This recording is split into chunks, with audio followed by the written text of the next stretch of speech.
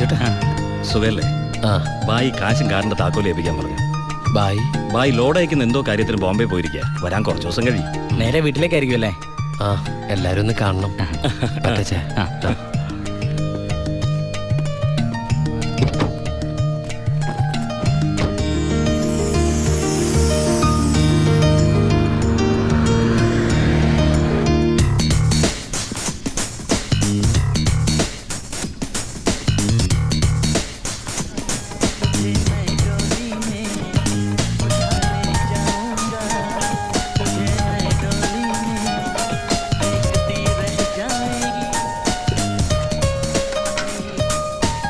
ഭാരതി അമ്മേ,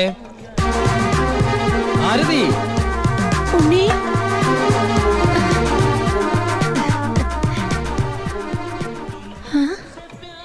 അമ്പിളി, എടി അമ്പിളി. എന്താ അമ്മേ? ഞാൻ ഉണ്ണിയുടെ ശബ്ദം കേട്ടു. ശബ്ദോ? ആ, അവൻ എന്നെ ഭാരതി അമ്മയെന്ന് വിളിക്കുന്നത് ഞാൻ കേട്ടു. അത് അമ്മ എപ്പോഴും ഉണ്ണിയെ കുറിച്ച് ചിന്തിക്കുന്നോണ്ട് തോന്നിയതായിരിക്കും. അല്ലടി, ഞാൻ ഭാരതി അമ്മേ.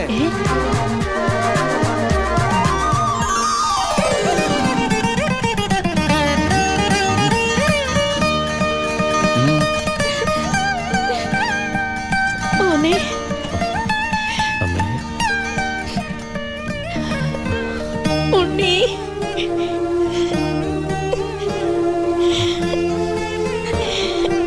ഹായ്, ഭാരതി അമ്മ എന്തിനാ കരയണേ? സന്തോഷം കൊണ്ട. ഊണം കഴിഞ്ഞ് കിടന്നുറങ്ങാൻ പോയ നിന്നെ 6-7 വർഷം കഴിഞ്ഞല്ലേടാ കാണുന്നത്. അതൊക്കെ പോട്ടമ്മേ. ആ, ഇവൾക്ക് വരുന്നുണ്ടല്ലോ സന്തോഷം. എന്താടി?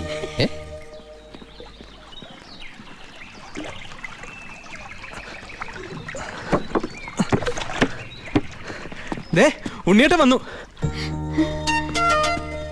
ഓർക്കാപ്പുറത്തല്ല അമ്മ ലീവ് കിട്ടിയത്. അതുകൊണ്ട് ഒരുപാടൊന്നും വാങ്ങാൻ പറ്റിയില്ല. ഇതാ, അമ്മയ്ക്ക് ഷുഗറും പ്രഷറും നോക്കാൻ, പിന്നെ നിനക്ക് മിഠായി, ഓടി CD. ഏട്ടാ, എടാ,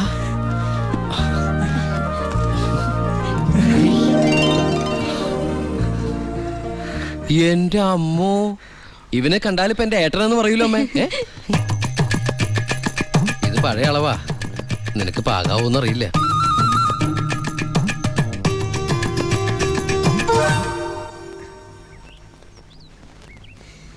നീ പിടിച്ചേ.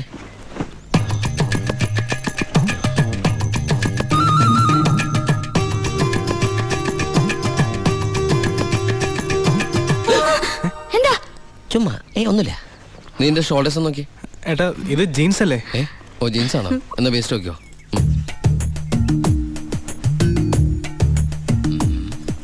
ഞാൻ നിനക്ക് വേറൊരു സാധനം കൊണ്ടുവന്നുണ്ട്. നമ്മുടെ അനിയത്തി. ഇവളല്ല, അപ്പുറത്തെ.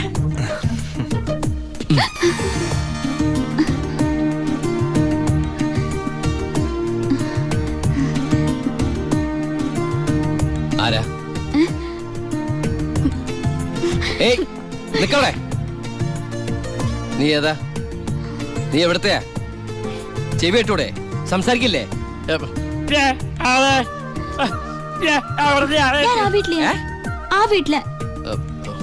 അതെന്റെ വീടല്ലേ? ഏട്ടാ, നമ്മുടെ പുതിയ വാടകക്കാരാ. ഓ, നല്ല കൂട്ടരാ. നല്ല തങ്കപ്പെട്ട സ്വഭാവമുള്ള കുട്ടിയാ. പേര് ഗോപിക. അയ്യേ, എനിക്ക് പെങ്ങളെ പോലെയാ. അയ്യോ, പെങ്ങളെ പോലെയാണോ?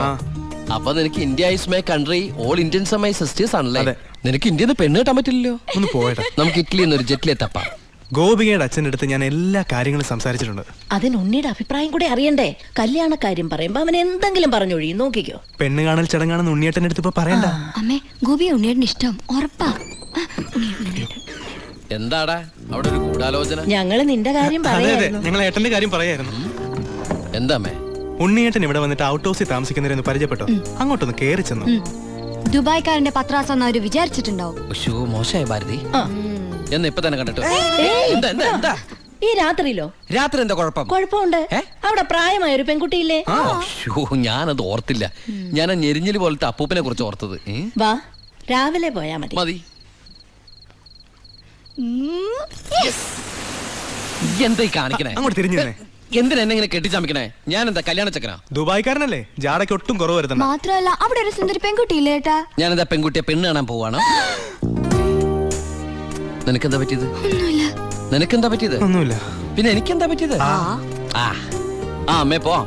വെറും കൈയോടെയാണോ പോന്നേ? ഓ ഞാനത് ഓർത്തില്ല. അങ്ങർക്ക് സന്തോഷായിക്കോട്ടെ. സ്കോച്ചും സിഗരറ്റും. അയാൾക്കൊന്നും ഇഷ്ടമല്ലെന്നേ. പിന്നെ ദേ ഇത് കൊടുത്താ മതി. എന്താ ഇത്? നീ കൊണ്ടുവന്ന സാരി. അവിടെ ഒരു പെങ്കൊച്ചില്ലേടാ. ഇതെന്താ പുടവെടുക്കൽ ചടങ്ങാണോ? ഹലോ അപ്പൂപ്പൻ. ആ നമസ്കാരം. നമസ്കാരം. അപ്പൊ ആളെ മനസ്സിലായി. ഇന്നലെ മുഴുവൻ വൈദ്യന്റെ അടുത്തായിരുന്നു, അതുകൊണ്ട് പരിചയപ്പെടാൻ പറ്റിയില്ല. വരൂ. ഒരു സാരിയാ. എനിക്കോ? അല്ല ഗോപിക്കാ. നേരിട്ട് കൊടുത്തോളൂ. ഇരിക്കൂ ഇരിക്കൂ. ഏയ് ആ വീശു. നല്ല അസ്ഥല് സാധനം കൊണ്ടുവന്നുണ്ട്. സ്കോച്ചാ. എടാ നീ എടുത്തോണ്ട് ചുമ്മാ ആളെ കണ്ടറിഞ്ഞൂടെ അടിക്കുന്നു. അല്ല, ഞാൻ മരുന്ന് കഴിച്ചോണ്ടിരിക്കുക, പറ്റത്തില്ല. ആ അത് പറ. ചെല്ല്. എന്തായാലും കേശം വൈദ്യരുടെ അടുത്ത് വന്നത് അത് വളരെ നന്നായി. ഒരു 2-3 മാസം കഴിയുമ്പോഴേക്കും അസുഖമൊക്കെ മാറി ആൾ കുട്ടപ്പച്ചാണ്ടാവില്ലേ? അല്ല ഈ ഭക്ഷണക്രമമൊക്കെ? ചായ. ചായ മാത്രോ? ഈ നാട്ടുമരുന്നൊക്കെ മിക്സ് ചെയ്തിട്ടുള്ള ചായ? അതല്ല, ആ ചായയുടെ കാര്യ പറഞ്ഞത്.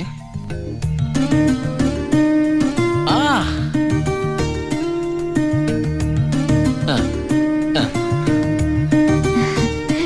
ഒറ്റ മോളല്ലേ? അതെ. കെട്ടിച്ചതാണോ? അല്ല കെട്ടിച്ചില്ലേ നമുക്ക് ആലോചിക്കാന്ന്. എന്തായാലും കുട്ടികൾ ഇങ്ങനെ പുര നിറച്ച് നിർത്തരുത്, എനിക്കിഷ്ടല്ല. ആ ഇങ്ങോട്ട് വന്നേടി മോളെ. അതങ്ങോട്ട് വെച്ചേ, എന്നിട്ട് അങ്ങോട്ട് പിടിച്ചേ. സാരിയാ. ചെറുക്കിനെ നമുക്ക് ഈ നാട്ടിൽ തന്നെ നോക്കിയാലോ? ഹൈ നാണായോ? സർക്കാർ ഉദ്യോഗസ്ഥൻ വേണോ ബിസിനസ്സുകാരൻ വേണോ? ഹൈ ഞാൻ തപ്പിയെടുക്കാന്ന്. ചിക്കിളി എന്ത് കൊടുക്കും? വന്നേ, എനിക്കൊരു കാര്യം സംസാരിക്കാൻ. വലിയ വലിയ ആൾക്കാർ സംസാരിക്കുമ്പോൾ അത്യാവശ്യ കാര്യം. ഇവന്റെ സ്കോച്ചും കൊടുത്തു വിടാട്ടോ. ചികിത്സ തീരുമ്പോ ആളുണ്ടാവണമെങ്കിൽ തങ്ങാലോ. പക്ഷെ എന്താണത്? സ്കൂളിലേക്ക് കുട്ടികളെ കൊണ്ടുപോകണോ? എന്തായടാ? എന്റെ അമ്മ ഏട്ടനെ കൊണ്ട് ഞാൻ തോറ്റു. അവിടെ ചെന്നിരുന്ന് ചോദിക്കാ ഈ പെണ്ണിനെ കെട്ടിച്ചതാണോന്ന്. അയ്യോ ഇത് കുഴപ്പമായോ? അവളുടെ ജീവിതത്തിൽ എന്തെങ്കിലും tragedies? I mean divorce, widows, something like that? Any flash back? ഒരു ഫ്ലാഷ് ബാക്കും ഇല്ല. പിന്നെന്താ? മോനേടാ, ആ വീട്ടുകാരെ നിനക്ക് ഇഷ്ടായോ? പറയാതിരിക്കാൻ പറ്റില്ലമ്മേ, നല്ല തറവാടികളാ. സാധാരണ ഞങ്ങൾ ദുബായ്ക്കാരോട് ചോദിക്കുന്ന സ്ഥിരം ചോദ്യം ചോദിച്ചില്ല, എന്ത് ചോദ്യം? എപ്പോഴാ തിരിച്ചു പോണേന്ന്. ആ പെണ്ണെങ്ങനെയുണ്ട്? നിന്നെ പോലെ അല്ല, നല്ല അടക്കം ഒതുക്കമുള്ള കുട്ടിയാ. കാണാനോ? കാണാനും കൊള്ളാം, മിടിക്കുക, നല്ല സുന്ദര കുട്ടിയാ. അപ്പൊ ഏട്ടൻ ആ പെണ്ണിനെ പിടിച്ചേ. അയ്യോ ഞാൻ പിടിച്ചിട്ടൊന്നുമില്ല, ഞാൻ തൊട്ടിട്ട് കൂടിയില്ല. എന്റെ അമ്മേ, എടാ മഹാഭാവം പറയരുത് കേട്ടോ. ഞങ്ങളെ ഏട്ടനെ പെണ്ണ് കാണിക്കാൻ കൊണ്ടുപോയതാ. എടീ. അയ്യേ. അപ്പൊ അമ്മേ ഇപ്പൊ കഴിഞ്ഞ എന്റെ പെണ്ണാണല്ല. ആ ഒശോ ഞാൻ ആ അമ്മായിപ്പനെ അമ്മേ ഇനി പിടിച്ച പിടിയലങ്ങ് കെട്ടിച്ചു വിട്ടോട്ടാ. അമ്മേ ഇനി നീ ഒന്നും പറയണ്ട. ഈ കല്യാണം ഞാൻ ഉടനെ നടത്താൻ പോവാ.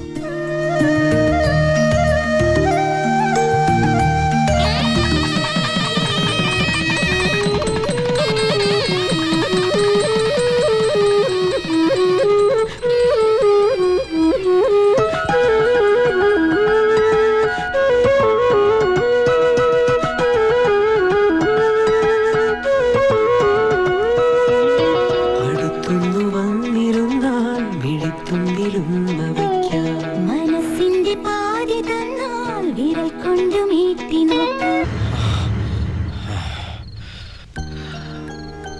ഞാൻ കാരണം ആ കുട്ടി. ഹേയ് വേണ്ട.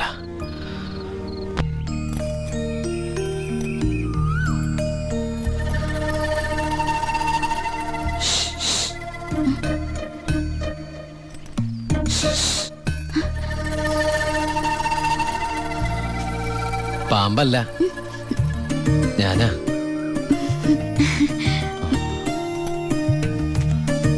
കുട്ടി ഞെട്ടിയോ?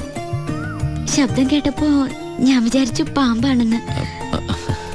അല്ല അത് ഒരു കാര്യം പറഞ്ഞോട്ടെ.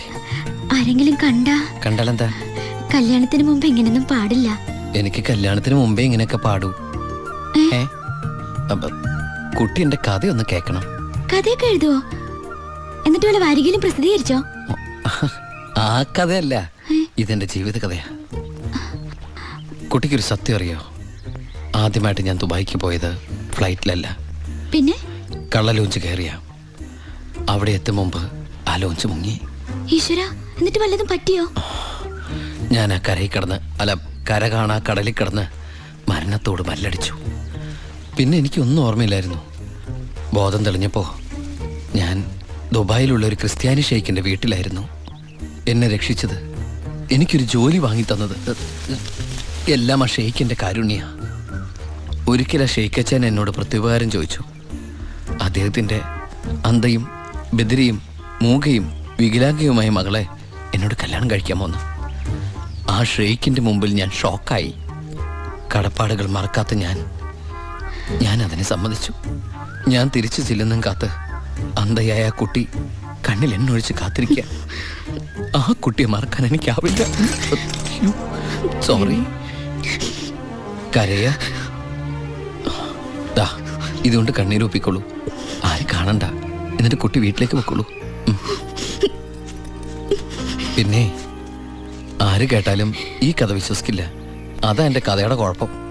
വീട്ടിൽ ആരോട് ചെന്നത് പറയണ്ട. അവരാരെങ്കിലും ചോദിച്ചാ കുട്ടിക്ക് എന്നെ ഇഷ്ടായില്ലെന്ന് മാത്രം പറഞ്ഞാൽ മതി.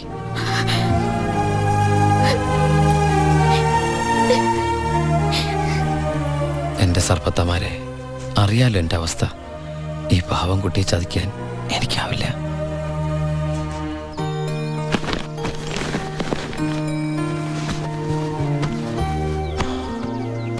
ഭാരതീയമ്മ എന്താ പിണങ്ങിയിരിക്കുക? നിന്നെ കണ്ട് കൊതി തീർന്നില്ല. അതിനു മുമ്പ് പോവല്ലേ? കുറച്ചു ദിവസം കൂടി. അമ്മ എന്താ ഈ പറയണേ? എനിക്ക് ഇന്നെ തിരിച്ചു പോയേ പറ്റൂ. ഞങ്ങളുടെ അവധി എന്നൊക്കെ പറഞ്ഞാ ഏതാണ്ട് പരോള് പോലെയാ. പറഞ്ഞ സമയത്ത് തിരിച്ചെന്നില്ലെങ്കിലേ തൂക്കിയെടുത്തോണ്ട് പോവര്. പിന്നെ ആ ജീവനാന്തം ജയിലില്ല. അല്ല, വെയിലില്ലേ ഈ അറബിയുടെ അടിമപ്പണിയൊക്കെ ചെയ്തിട്ട്. ദുബായിൽ അങ്ങനെ ഉണ്ട്.